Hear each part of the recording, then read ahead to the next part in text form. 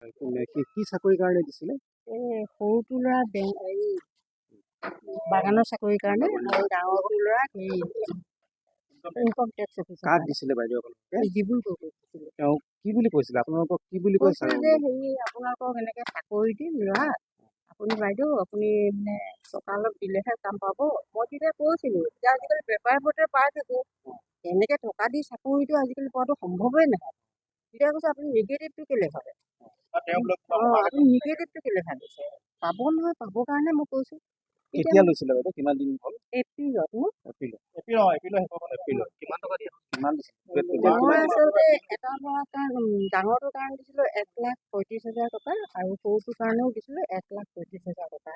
2,70,000 টকা দিলোঁ আৰু 60,000 টকা মানে মোক বুদ্ধি কৰি আকৌ বেলেগ ধৰণে বুদ্ধি কৰি ল'লে। 3,30,000। এতিয়া মানুহজন লগ নাপায় নেকি? নেপাওঁ আৰু কথাৰ প্ৰতি মোক দিম কৈ থাকে মানে আৰু লিখিতভাৱেও দিছিলে যে 1 তাৰিখে দিব, 60,000টো দি দিম বুলি কৈছিলে। 1 তাৰিখে 30,000 টকা দিম বুলি ক'লে মে' আৰু 11 তাৰিখে বাকীখিনি দিম বুলি ক'লে, কিন্তু লিখিতভাৱেও লিখিলে কিন্তু নিদিলে টকা। এতিয়া মানে পইচাও নাই, চাকৰি নাই, একো নাই। আইনৰ সহায় লৈছে? আইনৰ সহায় মানে দিছে, পুলিচত দিছে আপুনি? ময়ো সাংঘাতিক ওলাইছোঁ।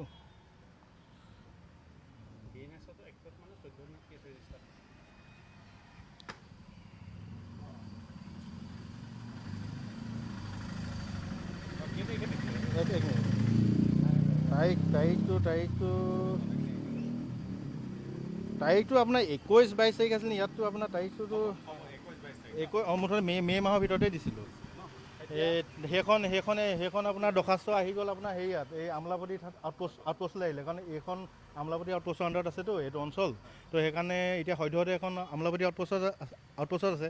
তাৰপিছত তাৰ IC ইনচাৰ্জাৰ বিষ্ণু বাহাদুৰ নিৱাৰ ডাঙৰীয়াই তেওঁ কৈছিলে যে হেৰি নহয়, আপোনাকো মাতিম আৰু একেলগতে এই জিবুল গগৈ যোনজন মানে কুলাংগা লম্পতে ক'ম আৰু, কাৰণ তেওঁতো ইমান লাখ লাখ টকা খাইছে মানুহৰ পৰা, তো তেওঁকো মাতিম বুলি কৈছিলে। কিন্তু সদ্যহতেতো এতিয়ালৈকেতো মতাই নাই।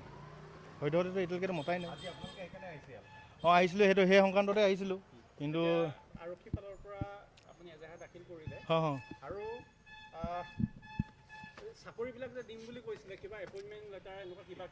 এপইণ্টমেণ্ট লেটাৰ তেওঁ অতি শীঘ্ৰে আহিব বুলিয়ে কৈছিলে, আৰু অতি শীঘ্ৰে আহিব বুলি কৈ পেলাই তাৰ বিনিময়তো তেওঁ টকা ল'লে, আৰু এখন এক্সপিৰিয়েঞ্চ চাৰ্টিফিকেটো মোক দিছিলে। ক'তো কাম দিয়া নাই।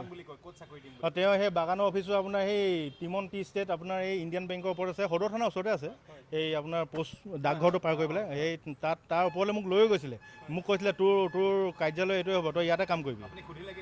তাৰপিছত মানে মই এদিন কি কৰিলোঁ, মই অকলে গৈ পেলাই তাত এদিন সুধিলোঁ, কাৰণ কেইবাদিন হৈ গ'ল এপইণ্টমেণ্ট লেটাৰ অহা নাই। তেওঁতো 1,35,000 টকা লৈ ল'লে, খাই দিলে।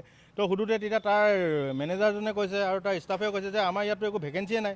আৰু তেওঁ মোক কৈছিলে কি যে তোৰ এপইণ্টমেণ্ট লেটাৰখন গুৱাহাটীৰ পৰা আহিব, আৰু যোনখন হেৰি আপোনাৰ এখন যে এক্সপিৰিয়েঞ্চ চাৰ্টিফিকেট অভিজ্ঞ থকা এখন সেইখনতো তেওঁ ভুৱা চাৰ্টিফিকেটে হয়, নিজে প্ৰিণ্ট আউট মেচিনত উলিয়াই লৈছে। তো সেইখন চাৰ্টিফিকেটৰ বিনিময়তো তেওঁ 35,000 খাইছিলে, আৰু সেইখনো তাত মানে তলত গুৱাহাটী বুলি লিখা আছিলে। তো তেওঁ মানে প্ৰত্যেকটো মানে গুৱাহাটী মাৰি পেলাই টকা লৈছিলে, আৰু পুলিচ ভেৰিফিকেশ্যনো গুৱাহাটীত হ'ব বুলি কৈ পেলাই টকা লৈছিলে। মেডিকেল চেকআপো গুৱাহাটীত হ'ব বুলি মোৰ মানে চিনাকি মানুহ আছে।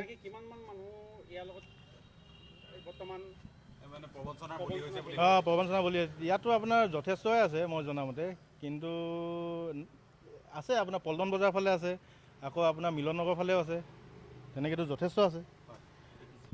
এজন হেৰিয়াৰ পৰা আপোনাৰ এই পল্টন বজাৰ এজন বিহাৰী সম্প্ৰদায়ৰ ল'ৰা অজয় শ্ৰীবাস্তৱ, তেওঁৰ পৰা 8.5 লাখ টকা খালে। তেওঁৰ পৰা অজয় শ্ৰীবাস্তৱৰ পৰা 4.5 লাখ টকা লৈছিলে, এই ইনকম টেক্স অফিচত চাকৰি দিম বুলিয়ে লৈছিলে, আৰু তেওঁ মানুহগৰাকীক PWD চাকৰি দিম বুলি 4 লাখ টকা খালে।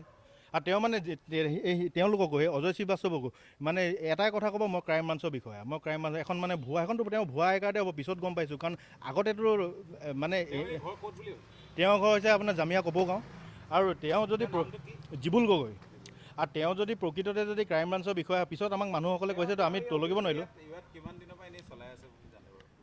ইয়াততো জনামতে 1.5 বছৰমান হৈছেগৈ, 1.5 বছৰ 2 বছৰ। কিন্তু তাৰ আগতে তেওঁ আমোলাপট্টিৰ ফালে আছিলে, আমোলাপট্টি লেংডন ধাবাখন আছে যে, সেই লেংডন ধাবাখনৰ ওচৰতে আছিলে তেওঁ কাৰ্যালয়টো, আৰু এনেই অফিচটো তেওঁ এইটোত জড়িত থকা প্ৰায় 18 বছৰ হৈ গ'ল। কাৰণ তেওঁ চিনাকি মানুহে কৈছে 18 বছৰ হ'ল বুলি।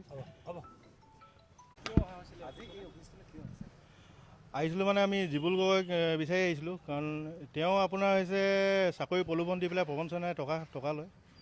আজি অফিচটো আপোনাৰ সেই ফাৰ্ষ্ট ফ্ল'ৰ আপোনাৰ বাওঁফালৰ ৰুমটোত আছে। এইটো তেওঁৰ নামটো দিছে এমপ্লয়মেণ্ট জব কনচালটেঞ্চি। আৰু বৰ্ডটো আগতে আছিলে, সৰু চাইনবৰ্ড এখন আছিলে, কিন্তু সদ্যহতে এতিয়া নাই নেকি, মই ওপৰত গৈছিলোঁ, এতিয়া দেখা নাপালোঁ।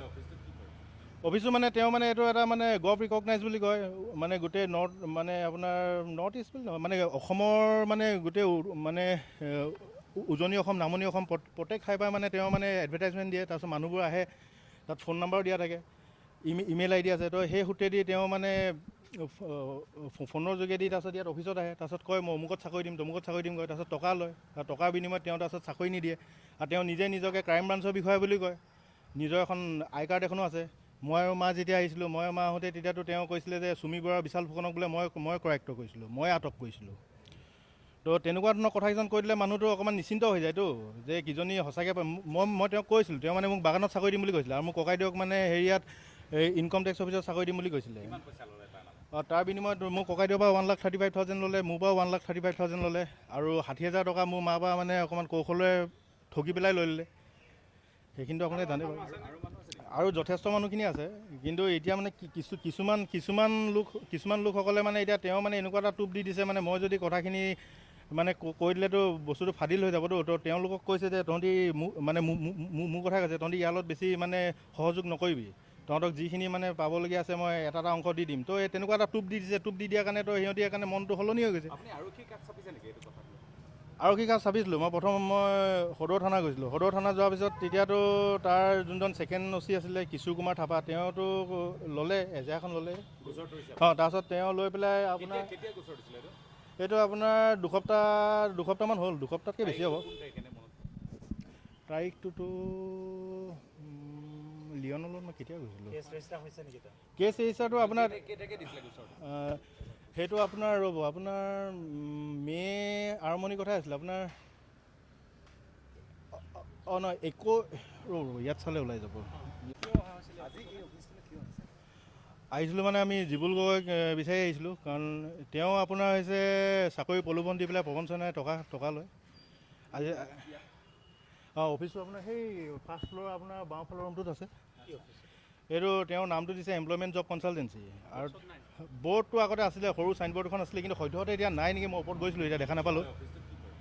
অফিচটো মানে তেওঁ মানে এইটো এটা মানে গভ ৰিকগনাইজ বুলি কয়, মানে গোটেই মানে আপোনাৰ নৰ্থ ইষ্ট বুলি নহয়, মানে অসমৰ মানে গোটেই মানে উজনি অসম, নামনি অসম প্ৰত্যেক ঠাইৰ পৰা মানে তেওঁ মানে এডভাৰটাইজমেণ্ট দিয়ে। তাৰপিছত মানুহবোৰ আহে, তাত ফোন নাম্বাৰো দিয়া থাকে, ইমেইল আইডি আছে। তো সেই সূত্ৰেদি তেওঁ মানে ফোনৰ যোগেদি তাৰপিছত ইয়াত অফিচত আহে, তাৰপিছত কয় মই অমুকত চাকৰি দিম, তমুকত চাকৰি দিম, কয়। তাৰপিছত টকা লয়, আৰু টকাৰ বিনিময়ত তেওঁ তাৰপিছত চাকৰি নিদিয়ে। আৰু তেওঁ নিজকে ক্ৰাইম ব্ৰাঞ্চৰ বিষয়া বুলি কয়। নিজৰ এখন আই কাৰ্ড এখনো আছে। মই আৰু মা যেতিয়া আহিছিলোঁ, মই আৰু মা আহোঁতে তেতিয়াতো তেওঁ কৈছিলে যে চুমি বৰা বিশাল ফুকনক বোলে মই কৰায়ত্ব কৰিছিলোঁ, মই আটক কৰিছিলোঁ। তো তেনেকুৱা ধৰণৰ কথা কিছুমান কৈ দিলে মানুহটো অকণমান নিশ্চিন্ত হৈ যায়তো, যে কিজনী সঁচাকৈ মই তেওঁক কৈছিলোঁ, তেওঁ মানে মোক বাগানত চাকৰি দিম বুলি কৈছিলে। আৰু মোক ককাইদেউক মানে হেৰিয়াত ইনকম টেক্স অফিচত চাকৰি দিম বুলি কৈছিলে।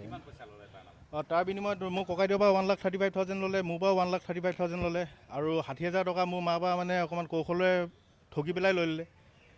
সেইখিনিতো আপোনালোকে জানে বাৰু। আৰু যথেষ্ট মানুহখিনি আছে, কিন্তু এতিয়া মানে কিছুমান লোকসকলে মানে এতিয়া তেওঁ মানে এনেকুৱা এটা টোপ দি দিছে, মানে মই যদি কথাখিনি মানে কৈ দিলেতো বস্তুটো ফাদিল হৈ যাবতো। তো তেওঁলোকক কৈছে যে তহঁতি মোৰ কথা কৈছে, তহঁতি ইয়াৰ লগত বেছি মানে সহযোগ নকৰিবি, তহঁতক যিখিনি মানে পাবলগীয়া আছে মই এটা অংশ দি দিম। তো এই তেনেকুৱা এটা টোপ দি দিছে, টোপ দি দিয়াৰ কাৰণে তো সিহঁতি সেইকাৰণে মনটো সলনি হৈ গৈছে। আৰক্ষী কাষ চাপিছিলোঁ। মই সদৌ থানা গৈছিলোঁ। সদৌ থানা যোৱাৰ পিছত তেতিয়াতো তাৰ যোনজন ছেকেণ্ড অ'চি আছিলে কিশোৰ কুমাৰ থাপা, তেওঁতো ল'লে, এজেহাৰখন ল'লে। তাৰপিছত তেওঁ লৈ পেলাই আপোনাৰ এইটো আপোনাৰ দুসপ্তাহমান হ'ল, দুসপ্তাহতকৈ বেছি হ'ব। তাৰিখটোতো লিঅ'নৰ লগত মই কেতিয়া গৈছিলোঁ, কেছ ৰেজিষ্টাৰটো আপোনাৰ সেইটো আপোনাৰ ৰ'ব, আপোনাৰ মে' আৰম্ভণিৰ কথাই আছিলে আপোনাৰ। নহয় ইয়াত চালে ওলাই যাব।